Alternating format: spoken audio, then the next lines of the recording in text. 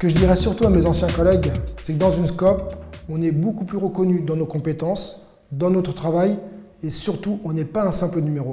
C'est réussir à concilier un travail qui est intéressant avec un environnement qui me convient, c'est-à-dire où l'homme est vraiment au centre de l'entreprise. On sent que aussi bien les gens travaillant sur le chantier ou les gens dans les bureaux sont beaucoup plus impliqués dans leur travail et dans la vie de la société.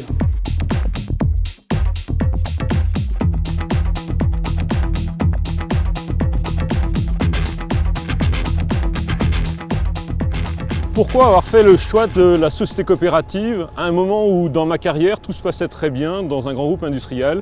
J'ai fait ce choix tout simplement pour prendre davantage de responsabilités, inscrire mon action dans le temps au profit d'une société industrielle, de son développement, être plus proche des gens tout simplement. Alma subit la crise comme toute entreprise, mais comme on a des réserves importantes parce que chaque année, on met une partie du résultat en réserve, donc pour être très précis, 40%, pour consolider la société, on a une entreprise qui n'a pas de problème de pérennité à court terme. Donc on peut continuer à investir pour préparer l'avenir.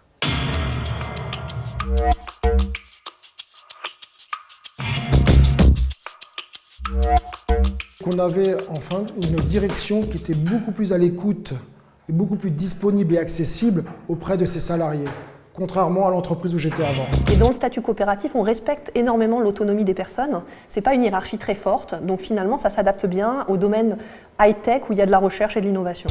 Et ce qui m'a agréablement surpris dans une SCOP, c'est quand il y a des bénéfices, ils sont équitablement répartis par le biais de participation, d'intéressement pour les employés et des dividendes pour les sociétaires.